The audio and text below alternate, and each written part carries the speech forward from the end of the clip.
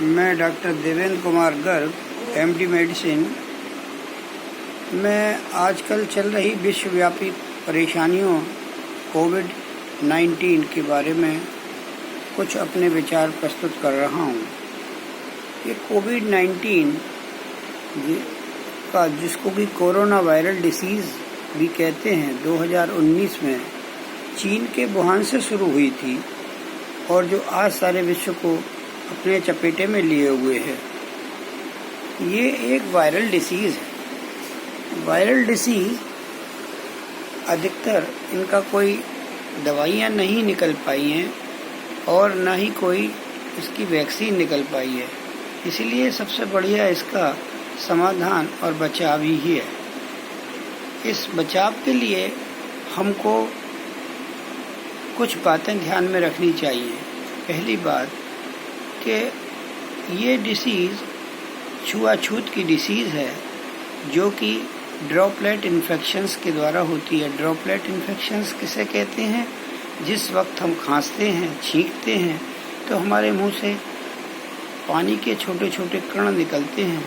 उनमें ये वायरस युक्त होते हैं, जिससे ये दूसरे व्यक्ति के शरीर पर गिरते हैं या किसी सतह पर गिरते हैं, और जब व्यक्ति उस सतह पर हाथ रखता है या कुछ छींकने वाले या खांसने वाले व्यक्ति जिसको कि कोविड-19 हुआ है उससे हाथ मिलाता है, तो ये वायरस उसके शरीर से दूसरे शरीर में चला जाता है।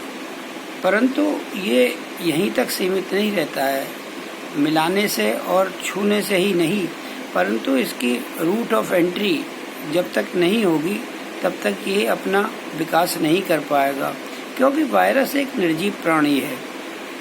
और जब ये निर्जीव प्राणी सिर्फ इसके प्रोटीन स्ट्रक्चर होता है और इसके ऊपर एक फैट की कोटिंग होती है, क्योंकि कोरोना इसको इसलिए कहा गया है कि इसके ऊपर स्पाइक्स होते हैं और इसका शेप जो होता है वो क्राउन के आकार का होता है, इसलिए इसको कोरोना वायरस नाम दिया गया है। कोरोना वायरस तो पहले से भी होते रहे हैं और 2009 में भी ये कोरोना वायरस आया था, जिसको कि सार्स के नाम से जाना गया था, परंतु वो इतनी तेज़ी से नहीं फैला था। जब WHO ने उसके कदम उठाए थे और इसको इंटरनेशनल फ्लाइट्स पर रोक लगा दी थी, इस कारण ये फैला नहीं था और कुछ चीन में ही जाकर सीमित हो गया था। परंतु इस बार WHO ने एक भेदभावपूर्ण रवैया अपनाया है और चीन के फेवर में उसने ये बयान जारी किया कि ये ह्यूमन टू ह्यूमन नहीं फैलता है। और 2019 दिसंबर में ही उसको ये पता चल गया कि ये ह्यूमन टू ह्यूमन ट्रांसफ़र होता है।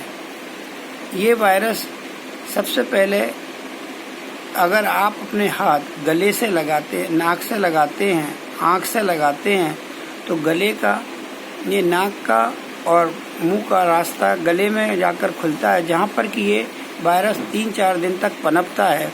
और इसके बाद ये वायरस 3-4 दिन के बाद नीचे फेफड़ों पर की तरफ अपना रुख अपनाता है।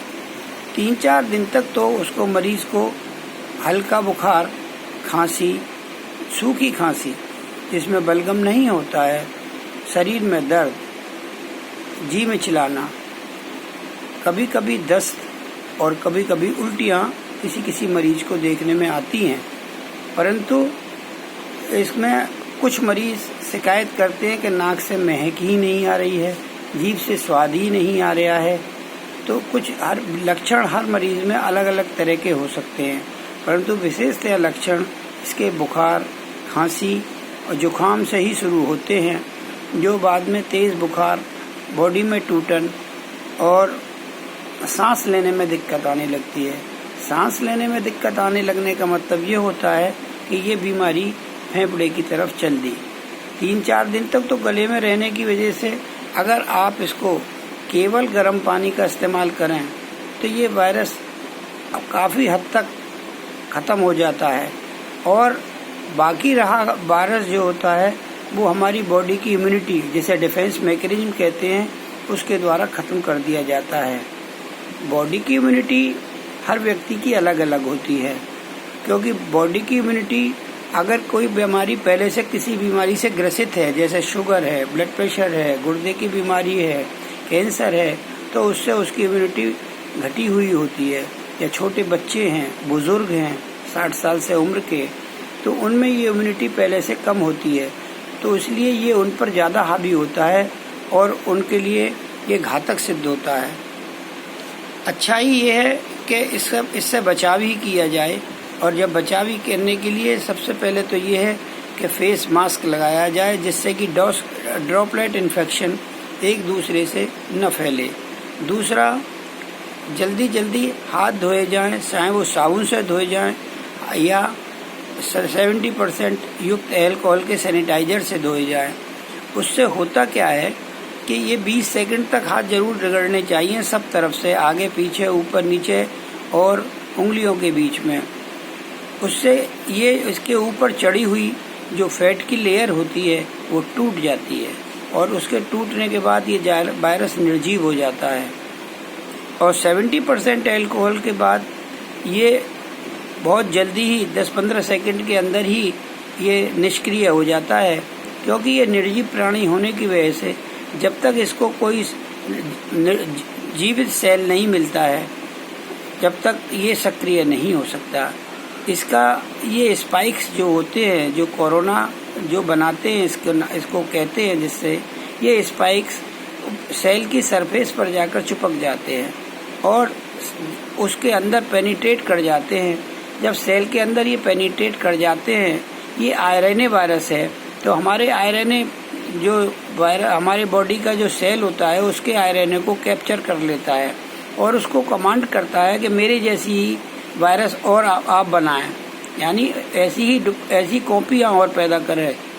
इसकी ग्रोथ रेट बहुत फास्ट होती है, तो जब ये सेल बहुत ज़्यादा सेल वायरस की कॉपियाँ बना लेता है तो सेल वस्त कर जाता है, और जब वस्त कर जाता है तो वो सेल तो डेड हो जाता है, परंतु ये दूसरे सेलों पर हमला कर देता है। जब दूसरे सेलों पर हमला कर देता है, इस प्रकार ये हमारे सारे सेलों को बहुत तेज़ी से संक्रमित कर देता है और उनको निष्क्रिय कर देता है, जिसकी वजह से हमारे बॉडी में ऑक्सीजन की कमी हो जाती है। ऑक्सीजन की कमी होने से ये सांस फूलने लगती है और अंदर सूजन हो जाने की वजह से निमोनिया हो जाता है, जिससे कि मरीज को सांस लेने में दिक्कत और उसकी ऑक्सीजन की कमी होने की वजह से उसकी जान पे बनाती है। तब उसको डॉक्टरी सलाह की ज़रूरत होती है और उसको अस्पताल में भर्ती होना ज़रूरी होता है। इसीलिए सबसे पहले इसको रोकने के लिए फेस मास्क, जल्दी सैनिटाइजर या साबुन से हाथ धोना, या सोशल डिस्टेंसिंग, जिससे कि अगर आप दूर रहेंगे तो ये वायरस के ड्रॉपलेट्स जो आपके पास आ नहीं पाएंगे, दूर रहेंगे तो वो बच के रहेंगे आप उससे। तो अच्छा यही है कि इन उपायों को अपनाया जाए और इससे बचाव किया जाए, क्योंकि जब तक कोई इसकी वैक्सीन नहीं आती या दवा नहीं आती, तब तक इससे निजात पाना बहुत मुश्किल है।